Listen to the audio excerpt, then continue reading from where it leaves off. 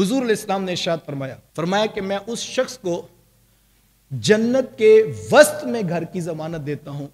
کس شخص کو؟ فرمایا کہ وہ شخص کے جو جھوٹ چھوڑ دے وَإِن كَانَ مَازِحًا، اگرچہ وہ مذاق میں ہی جھوٹ بولے. مذاق میں بھی کوئی شخص جھوٹ بولنا چھوڑ دے تو میرے حضور فرماتے ہیں میں محمد اس کو جنت کے درمیان میں گھر کی ضمانت دیتا ہوں.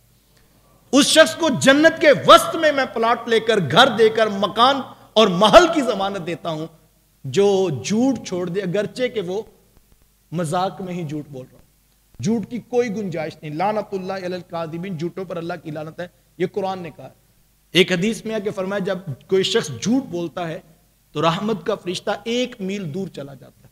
اتنی دور رحمتیں چلی جاتی ہیں ایک شخص سے جب وہ جھوٹ بولتا ہے. جھوٹ کی کوئی گنجائش نہیں.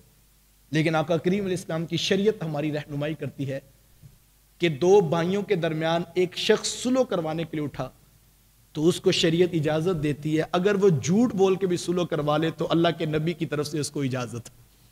وہ صلح کروا دے اگرچہ جھوٹ بولنا پڑ رہا ہے. میں نے کہا مذاق میں بھی جھوٹ کی گنجائش نہیں ہے. حضور نے فرمایا کوئی مذاق میں بھی جھوٹ چھوڑ دے تو ہم اس کو جنت میں جو ہے محل کی ضمانت دیتے ہیں. اور دوسری حدیث بتاتی ہے اگر ایک شخص 2 بھائیوں کی صلح کروانا چاہتا ہے لیکن بغیر جھوٹ کے ہو ہی نہیں سکتی تو حضور کی شریعت آقا کریم علیہ السلام کے فرامین اس شخص کو اجازت دیتے ہیں کہ تو صلح کروا دے، میں محمد تجھے جھوٹ کی بھی گنجائش دیتا ہوں. ذرا غور کیجئے کتنا بڑا کام ہے. کہیں پر اجازت نہیں جھوٹ کی اور یہاں مذاق میں بھی اجازت نہیں.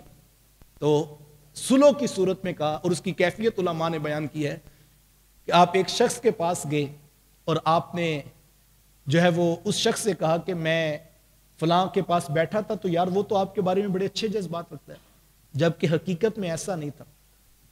تو ظاہری بات ہے جب آپ کسی کو کہیں گے کہ فلاں شخص آپ کی تعریف کر رہا تھا آپ کو غلط فہمی ہوئی ہے، ایسا نہیں ہے وہ، تو اس شخص کے دل میں گنجائش بن گئی. تو اس نے کہا اچھا جی میں آپ کہتے تو مان لیتا ہوں.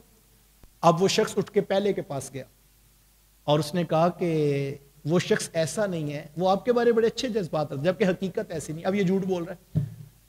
تو خیر پھیلانے کے لیے 2 بندوں میں صلح کروانے کے لیے پہلے کے پاس گیا تو کہا کہ دوسرا آپ کو بہت اچھا کہہ رہا تھا، دوسرے کے پاس آیا تو کہا پہلا آپ کو بہت اچھا کہہ رہا تھا.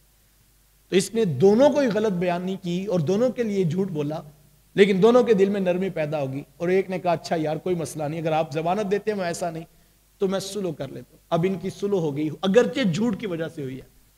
تو اسلام شریعت آقا کریم علیہ السلام کے فرامین اس جھوٹ کی ہمیں گنجائش دیتے ہیں کہ کسی کا خاندان ٹوٹ رہا تھا تم نے جھوٹ کا سہارا لے کے دونوں کو جوڑ دیا.